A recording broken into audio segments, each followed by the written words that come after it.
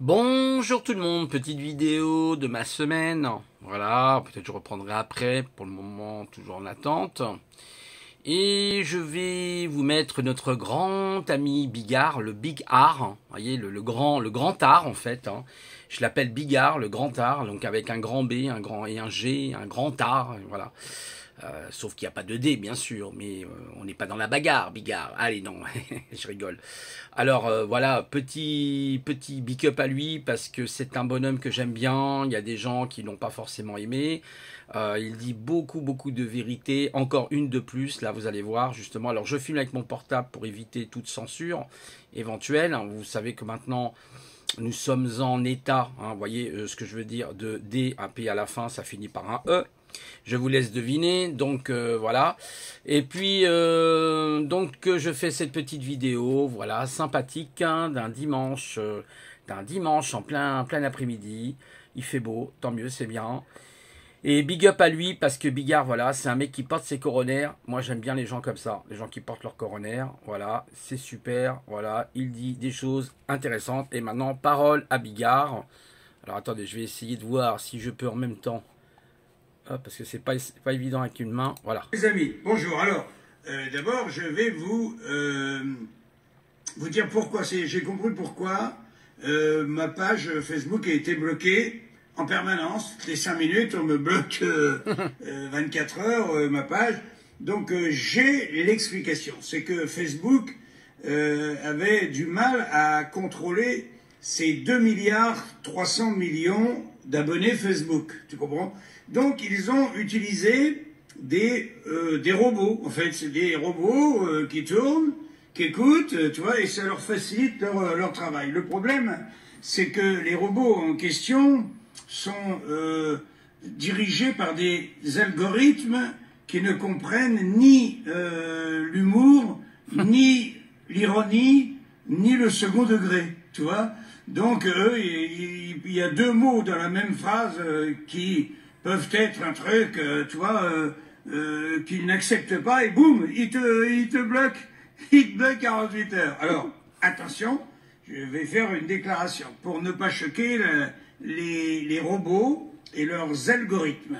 Alors, je voulais dire que j'étais content et que j'adressais toutes mes félicitations aujourd'hui à Agnès Buzyn, cette chère Agnès Buzyn, fais attention, comme ça je suis sûr que je me fais pas gauler, qui quand même se retrouve propulsée à l'Organisation mondiale de la santé, financée par Bill Gates. Donc elle va aller en Suisse et elle va échapper donc aux attaques judiciaires qui allaient contre elle. Elle va bénéficier en fait de l'immunité, c'est-à-dire et de tout ce qu'elle a fait pendant qu'elle était ministre de la Santé avec son bonhomme de mari qui travaillait pour des laboratoires, évidemment, qui n'avaient aucun intérêt à ce que l'hydroxychloroquine du professeur Didier Raoult fonctionne, bien sûr. Donc, ils ont tout fait pour le détruire. C'est elle, le 15 ou le 16 janvier dernier, qui avait mis l'hydroxychloroquine au rang des médicaments vénéneux au tableau C à la pharmacie. Donc, tu vois, il n'y avait pas pire punition. Il est vrai, et ça je la comprends, que l'hydroxychloroquine a juste été testée depuis 70 ans par 2 milliards de personnes. Donc c'est vrai que c'était quand même dangereux de ne pas mettre ce médicament au rang des médicaments vénéneux. Non, elle nous a tellement fait rire que moi je dis coup de chapeau, un beau coup de chapeau à Agnès Buzyn. Voilà, elle va se retrouver suisse, c'est formidable et totalement impunie. Alors, deuxième raison de se réjouir aujourd'hui, c'est le cas de Karine Lacombe. Karine Lacombe est élevée au rang de chevalier de la Légion d'honneur. Et moi je dis bravo. Karine Lacombe, de la même manière, était en flagrant délit de conflit d'intérêts, puisqu'elle travaillait avec des labos qui l'ont rémunérée. D'ailleurs, on a des chiffres. Elle a touché de Gilead et de AbbVie, tu vois, un coup 8 000, des trucs de convention, un coup 17 000, un coup 26 000 et tout. Je vous fais pas tous les comptes. Globalement, on peut dire à peu près 60 000 balles depuis 2012. Donc, il est clair qu'elle a couru sur tous les plateaux télé pour essayer de détruire le professeur Didier Raoult et son remède qui, un, ne coûte rien et qui, deux, soignait les gens. Donc, hein, ça n'a aucun intérêt pour les laboratoires, hein, comme je vous l'ai déjà dit, puisqu'ils ne veulent que gagner du pognon. Donc, la Légion d'honneur, chevalier de la Légion d'honneur. Je dis bravo. Excellent. Bravo, Karine. C'est vraiment formidable. Je suis fier de toi. Je pense que toi aussi, tu dois être fier. Alors, je fais toujours attention, hein, parce que nos algorithmes ne comprennent pas ni l'ironie, ni le deuxième degré, encore moins le sens de l'humour. Je disais félicitations à nos gouvernants qui récompensent les gens qui ont reçu du pognon des laboratoires pour dire ce qu'ils avaient à dire. Voilà, alors toi, ça c'est quand même magnifique. Là, franchement, si je suis coupé là, alors là je ne comprends plus rien. Tu vois, c'est qu'ils ont amélioré les algorithmes. Hein, mais félicitations aux deux, Agnès Buzyn, magnifique, immunité, elle devient citoyenne suisse, magnifique, formidable, puis Karine Lacombe, là, franchement, bravo Karine, pour tout ce que tu as fait et pour tes conflits d'intérêt. Je m'arrête là, et maintenant, nous allons voir si je suis coupé, et, à mon avis, je vais l'être, et combien de temps? Combien de temps? Bisous à tous. Bisous à toi, Bigard, voilà. Donc là, je vais vite couper parce que sinon, ça va se mettre à déconner. Hop, alors attendez, hop, voilà, parce qu'après, voilà, décidément, hop, voilà. Ah, Bigard, notre grand Bigard, le big de l'art, hein, le big de l'art comique. Oui, bien sûr, leurs algorithmes n'ont pas de sentiments, mais bien sûr, Bigard, ce sont des lignes de code. Donc, ce sont des lignes de code froides, tu comprends? C'est de l'art numéraire, c'est même pas de l'art numéraire, hein, c'est du numéraire, point barre, c'est 0 ou 1. Mais tu sais, entre les deux, il n'y a pas grand-chose, hein, mon ami. Hein. C'est soit 0, soit 1. Donc oui, bah, les bots te surveillent, bien sûr, comme nous tous, hein, avec leurs algorithmes extrêmement poussés, hein, avec leurs calculs mathématiques extrêmement poussés, hein, où il n'y a pas de complicité. C'est soit tu acceptes ce qu'on te dit, soit on te vire. En gros, c'est comme ça. Alors, merci, un grand big up à Bigard, les amis. Merci d'avoir écouté la vidéo. Oui, je sais, je l'ai filmé sur mon écran. Vous avez compris pourquoi, hein, plus ou moins. Et puis, bah, tenez courage, parce que en ce moment, on a besoin de beaucoup de courage avec ce qui va arriver, hein, la suite qui va arriver. Voilà, il faut pas se résigner, il faut continuer à se battre dans tous les angles, hein, c'est le cas de le dire, dans tous les angles. Vous savez, on a 8 formes d'intelligence, hein, je vous laisse les deviner, ces 8 formes d'intelligence. À nous de les utiliser, voilà, on a tous quelque part en nous quelque chose de Tennessee, si je peux dire. On peut trouver en nous cette graine qui nous permet de grandir, d'évoluer, de devenir des humains responsables, des humains qui vont aller de l'avant. Et voilà, c'est tout ce que j'avais à dire. Je ferai moins de vidéos, vous le savez, hein, parce que j'ai envie de prendre un petit peu de recul, de moins parler. Je pense que, voilà, sur YouTube, il y a des gens qui parlent mieux que moi, hein, qui sont donc affairés pour ça. Ils ont l'art de la conversation. Quelles que soient les chaînes, hein, on entend beaucoup de personnes qui parlent, blablabla, blablabla, blablabla. Ben moi, je laisse les blabla parler. Vous savez, l'intelligence, c'est aussi le silence, de temps en temps. Ça fait parler, le silence est plus fort que les paroles, souvent d'ailleurs. Et donc, souvent, vous savez, l'intelligence, ça se voit même dans le geste. Il n'y a pas besoin de parler. Voilà, c'est tout. Le parler, c'est le cerveau gauche. Voilà, alors c'est un art, hein, ça fait partie d'ailleurs d'une des facettes, hein, de la 8 intelligence qu'on appelle l'intelligence, je crois, interpersonnelle, hein, avec la communication avec l'autre, et celle avec soi-même, qui est plutôt dans le silence, dans la méditation, qu'on appelle intrapersonnelle. Voilà, ça, vous voyez, c'est les 2 formes, je vous ai cité 2 formes d'intelligence, il en reste encore 6 à découvrir. Donc voilà, bah merci à Bigard, parce que Bigard, quand il ouvre sa bouche, c'est toujours du lourd, hein, c'est du 200%, du 400%. Alors bien sûr, on peut le critiquer, peut-être qu'il a commis des erreurs, comme tout être humain qui commet des erreurs. Mais moi je trouve que c'est le seul artiste aujourd'hui qui ose plus ou moins ouvrir sa gueule face à ce qui se passe aujourd'hui. Moi j'en vois pas beaucoup d'autres, hein. Il y en a encore qui ont, oui, pour la culture, hein, qui ont un petit peu effectivement manifesté un mécontentement de ce qui se passe, parce qu'on aura encore le droit à des confinements. Comme effectivement personne ne réagit dans ce pays et que bah, on préfère dormir parce que bah, 88% de cette population, je l'ai déjà dit, je le répéterai pas, moi je dirais pas, voilà, hein, mais je dirais 88%, donc le reste, c'est-à-dire les 10-12% qui restent, ont quand même quelque chose à dire, ils ont voilà quelque chose Vous savez, il y a quelqu'un qui disait l'autre jour, c'était assez intéressant, il expliquait qu'en fait vous avez 90%, vous avez toujours 10% en général, même dans une dictature justement, vous aurez toujours 10% de personnes qui oseront ouvrir leur bouche et dire des vérités.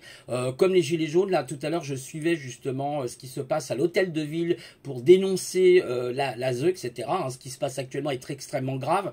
Il y a des parents qui témoignent, voilà, des mamans, des papas, voilà, ça concerne tout le monde.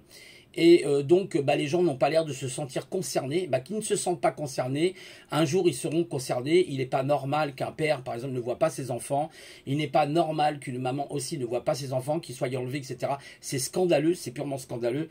Et les choses doivent... eh ben, il faut se battre. Hein. Il faut faire des recours. Hein. Quand c'est comme ça, on n'a pas le choix. Il faut faire des recours. Si vous ne voyez pas de vos enfants, je ne vois pas pourquoi une juge aurait décidé du jour au lendemain de dire, bah non, vous ne verrez pas vos deux enfants, vos deux fils ou vos filles, etc. Peu importe.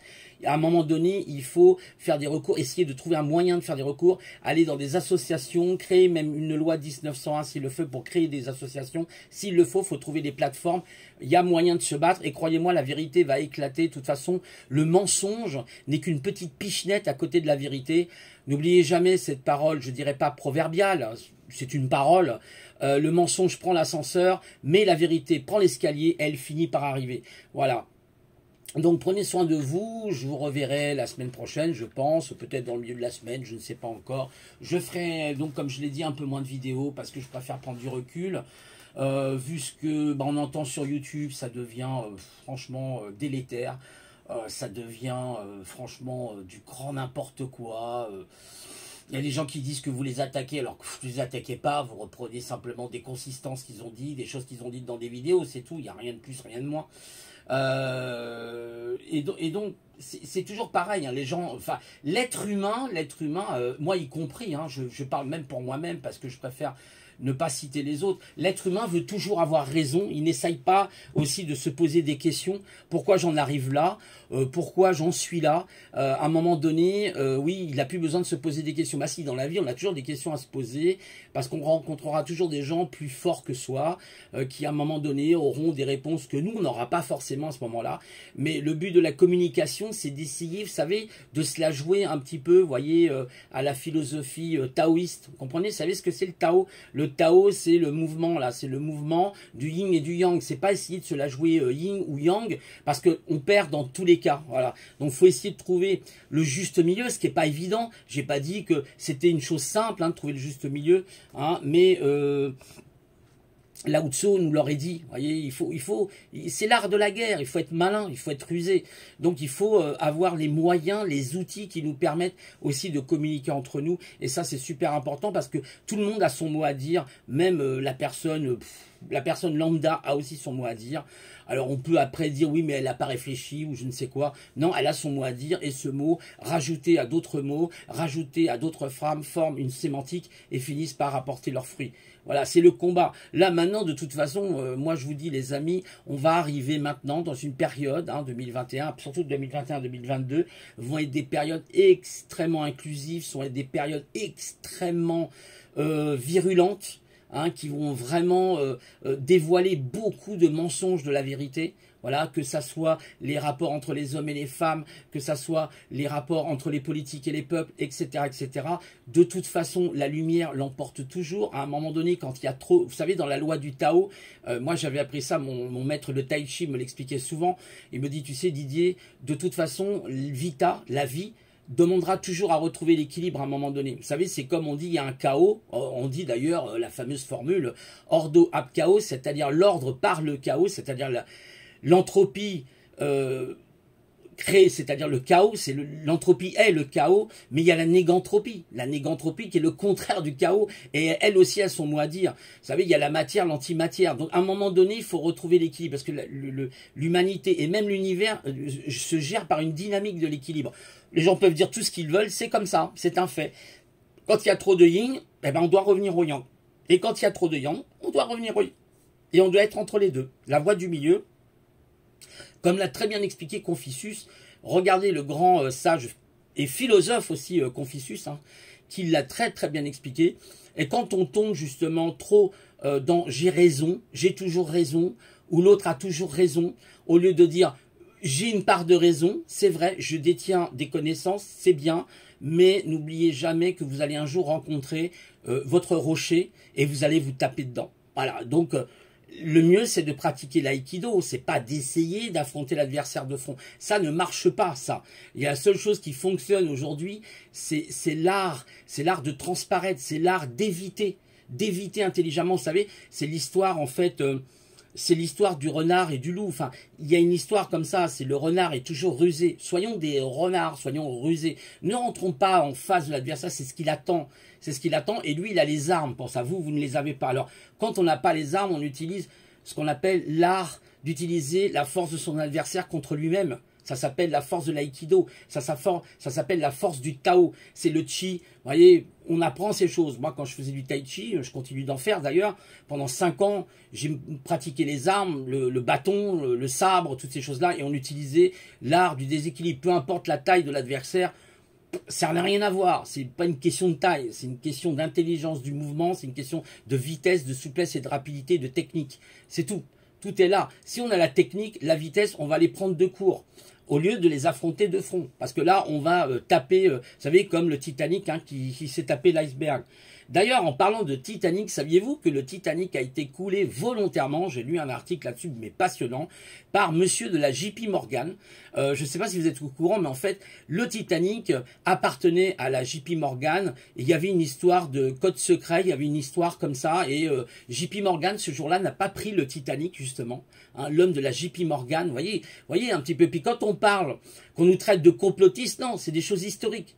Vous voyez, c'est des choses historiques, ça n'a rien à voir avec des complots. Monsieur JP Morgan n'a pas pris son propre bateau, parce qu'il est l'un, effectivement, des cofondateurs, c'est celui qui a participé à la construction du Titanic, et comme par hasard, il n'était pas sur le bateau ce jour-là. Ah, posez-vous les bonnes questions. J'essaierai de vous relire l'article, hein. C'est un article qui dure pas très longtemps, une prochaine vidéo, pourquoi pas. Voilà, c'est un article qui dure 3, 4, peut-être 5-6 minutes, pas plus. Et il vous montre bien tous les intérêts. Pourquoi M. JP Morgan n'était pas sur le Titanic à ce moment-là. Donc c'est très intéressant de voir, vous voyez, on nous raconte un sens de l'histoire. Hein, souvent les médias nous racontent un sens de l'histoire qui est complètement faux, qui est, ou en partiellement vrai, on va dire, mais qui n'est pas tout à fait vrai.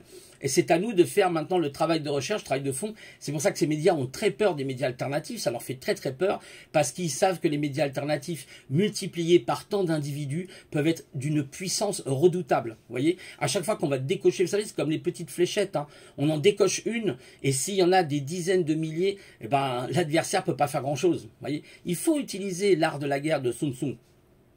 Et je vous assure que vous allez apprendre beaucoup de choses. C'est très intéressant. Donc il faut, face à tout ce qui nous attend, le relever les manches, ne pas avoir peur. Des moments, oui, difficiles seront là pour nous tous. On sera même aussi testé individuellement, faut le savoir. Mais si on résiste individuellement, c'est-à-dire qu'on a le courage de se battre, et ben après on pourra avoir beaucoup plus le courage de se battre dans un ensemble, dans une bulle collective, même si je suis pas un alfarado du collectif. C'est pour ça que des fois, je vais pas trop dans les manifestations, déjà parce que je suis un peu claustrophobe, j'aime pas trop la foule, déjà pour commencer. Et puis parce que souvent je me dis, voilà, il y a des dissensions qui se créent malheureusement, même chez les Gilets jaunes, je vois quelquefois des bagarres, des dissensions, là je les suis des fois, Nadia, Fatih, il y a le Loup Bleu, il y a Alain, il y a tous ces gens-là qui font un énorme combat. Il y a aussi, je crois, le maquis de Paris, hein, putain de bonhomme, ce bonhomme-là. Et qui a expliqué d'ailleurs les astres l'autre fois, c'était très intéressant. Monsieur très intelligent qui connaît beaucoup de choses, justement. On peut apprendre beaucoup par lui, le maquis. Et puis, bah voilà. Donc oui, mais il y a aussi des dissensions. Hein. Hier, il y a eu justement l'avocat de... comment ça s'appelle, Action 19, quelque chose comme ça, contre le Covid. Vous savez, c'est un avocat qui a porté plainte par rapport au port du masque, au remdesivir et maintenant la picousisation. Hein, voilà. Et donc, bah, il a eu des problèmes, je ne sais plus comment il s'appelle, Carlos, quelque chose. Bref. Et il y a des gens, à un moment donné, ils étaient devant les médias, il y avait des gilets jaunes qui disaient, voilà, ils disaient des mots qui fâchent, va te faire, voilà, vous avez compris, tous ces mots-là qui étaient là, et puis il leur a dit, mais arrêtez, arrêtez, arrêtez, on est en train de se tirer une balle dans le pied en agissant comme ça. Il dit, il est important d'avoir une place dans les médias, justement, vous savez, même lui, il a été dans l'émission de, comment ça s'appelle, l'émission avec, comment il s'appelle, Lanoula, je sais plus, bref, il a été dans cette émission-là, je me souviens plus. C'est pas grave. Et bah, il s'est fait canarder, mais il a pu dire son mot. Vous voyez, il a pu s'exprimer. Et oui, c'est important d'avoir une petite case justement pour les détruire de l'intérieur. Et vous savez, il faut être un peu comme Vendetta. Il faudrait qu'on soit un peu comme Vendetta. Rappelez-vous le film Vendetta, hein, quand il prend le contrôle des médias. Ça serait génial. Même des gens, moi je lance un appel aux hackers, hein, ceux qui peuvent hacker, pourquoi pas les chaînes de télé. Vous savez, un peu comme Vendetta, hein, où effectivement il passe sur toutes les chaînes, vous voyez, un truc dans le genre. Mais c'est très compliqué, c'est pas simple. Mais voilà, donc peut-être on arrivera comme ça, vous voyez, petit à petit. Mais on va gagner le combat, faut pas s'inquiéter, on va gagner le combat. Malheureusement, c'est comme dans tous les combats, on va y laisser des plumes. Ça, c'est obligatoire, on peut rien y faire, c'est comme ça, on va y laisser des plumes. Et puis dites-vous qu'on n'est pas immortel, on va tous mourir un jour. Il faut avoir le courage de le reconnaître, c'est comme ça. Et moi, je vous dis une chose, hein, personnellement, vaut mieux mourir comme un héros, comme quelqu'un qui sera battu que comme un esclave. Parce que vous pourrez vous regarder le matin en disant, ouais, voilà, il s'est passé ça ou ça. Voilà. Donc, soyons courageux et allons de l'avant. Parce que, ben voilà, il y a des moments fatidiques qui vont arriver. Et puis, bah, tous ceux qui sont sur YouTube, machin, bon, bah, j'ai envie de leur dire, bah, essayez de faire la paix entre vous, c'est pas la peine de faire la guerre, tout ça, ça ne sert à rien, ça n'apportera rien. Malheureusement, YouTube ramène, je suis désolé de le dire, hein, des gens assez sociopathes, hein, qui ont quand même des soucis.